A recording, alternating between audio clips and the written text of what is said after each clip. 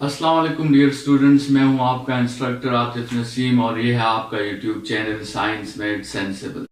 आज के लेक्चर में हम बात करेंगे साइमल्टेनियस इक्वेशंस के सॉल्यूशन के बारे में।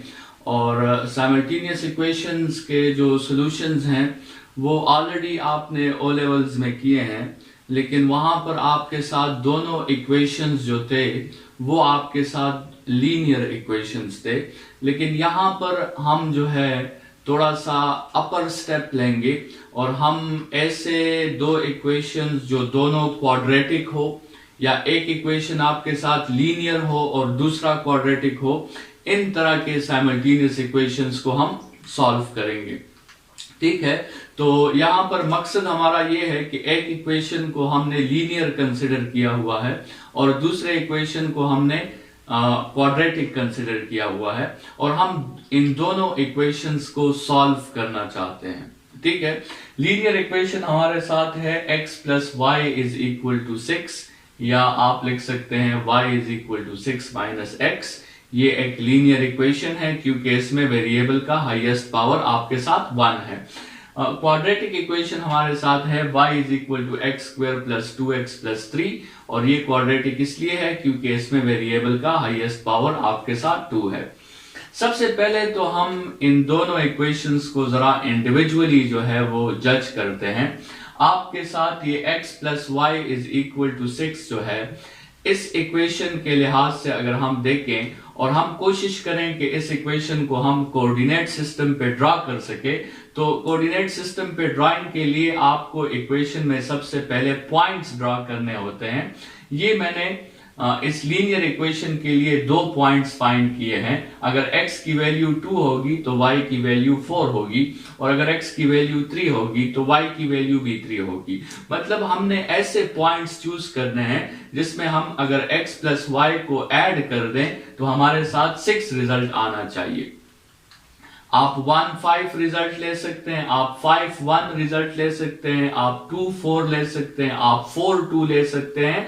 लेकिन जैसे हमने पिछले लेक्चर्स में भी डिस्कस किया था कि लीनियर इक्वेशन का ग्राफ ड्रा करने के लिए आपको मिनिमम सिर्फ और सिर्फ 2 पॉइंट्स की जरूरत पड़ती है, और वो 2 पॉइंट्स जो हैं हमारे साथ आ गए हैं।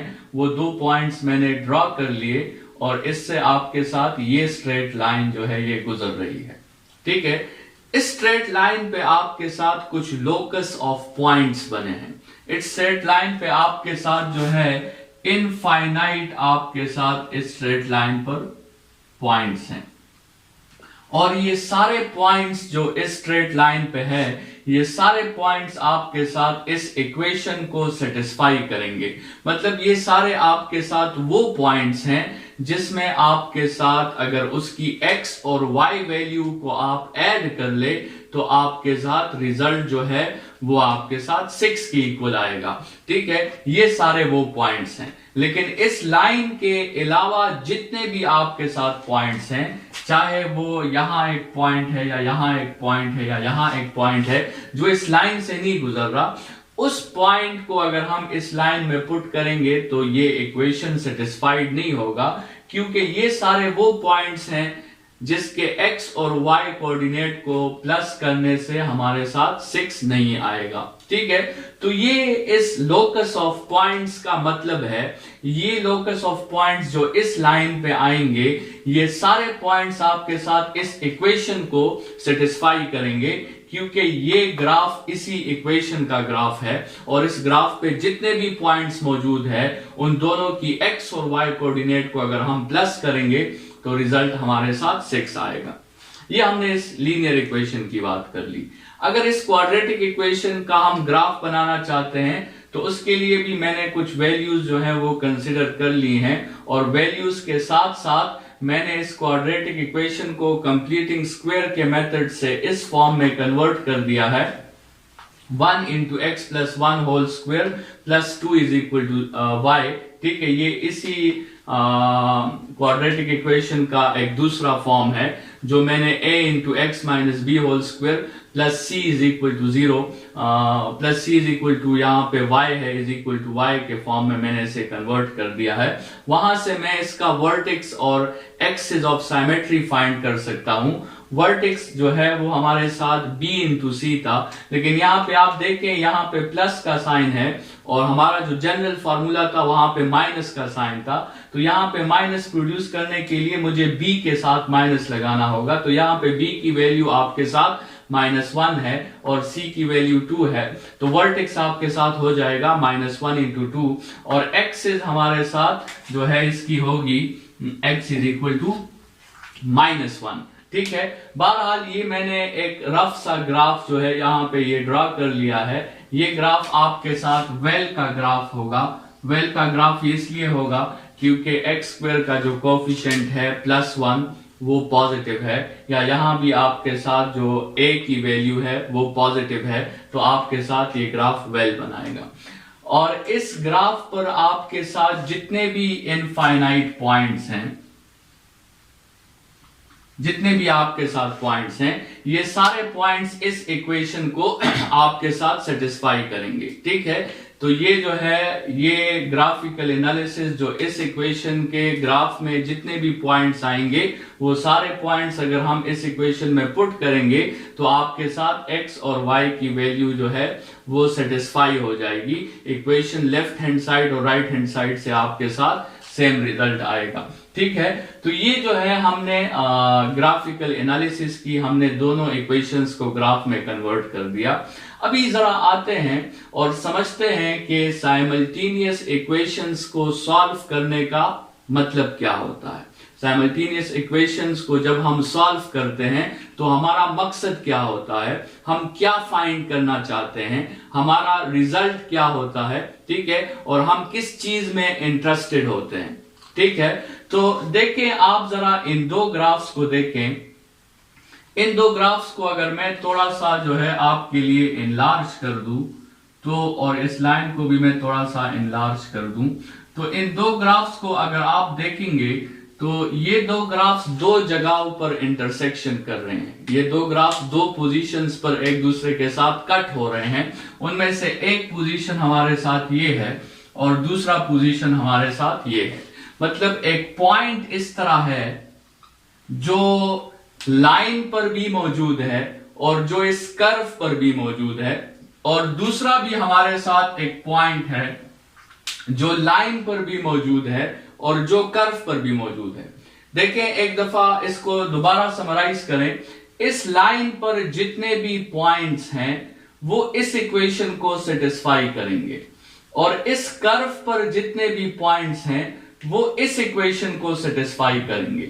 लेकिन ये दो पॉइंट्स जो हैं, ये दो पॉइंट्स जो लाइन पर भी मौजूद है और जो कर्व पर भी मौजूद है, ये दोनों पॉइंट्स इन दोनों इक्वेशंस को सेटिस्फाई करेंगे, और इन्हीं दोनों पॉइंट्स को जो इन दोनों इक्वेशंस को सेटिस्फाई कर रहा है, इनको हम कहेंगे कि this is the solution set of these two points. ठीक है, तो ये जो सॉल्यूशन सेट है इसको फाइंड करने के हमारे साथ दो मेथड्स हैं।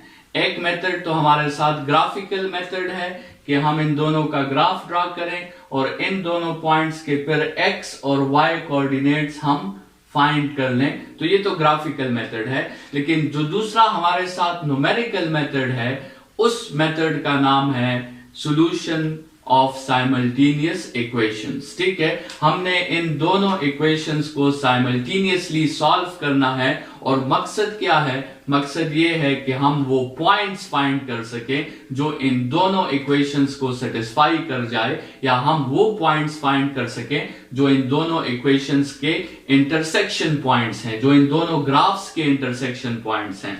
तो उस सॉल्यूशन के लिए हमारा मेथड क्या होगा।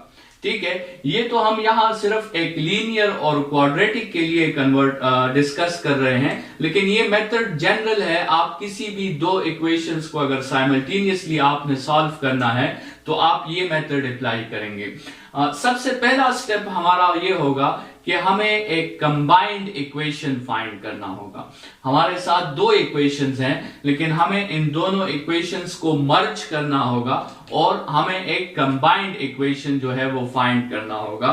और अगर उस कंबाइंड इक्वेशन का जो रिजल्ट है वो हमारे साथ एक क्वाड्रेटिक इक्वेशन बन गया, तो फिर हमारे साथ उसके रूट्स निकालना बहुत आसान है। फिर उसके हमारे साथ मेथड्स मौजूद है जो हमने ऑलरेडी डिस्कस किए हुए हैं। कंबाइंड इक्वेशन आप कैसे निकालेंगे? कंबाइंड इक्वेशन के लिए मैथमेटिक्स आपको 3 जो है बहुत पावरफुल टूल्स देता है। सब्स्टिट्यूशन आप कर सकते हैं, इसके अलावा आप एलिमिनेशन कर सकते हैं, और इसके अलावा आप कंपेयरिंग कोफिशिएंट्स का मेथड कर सकते हैं।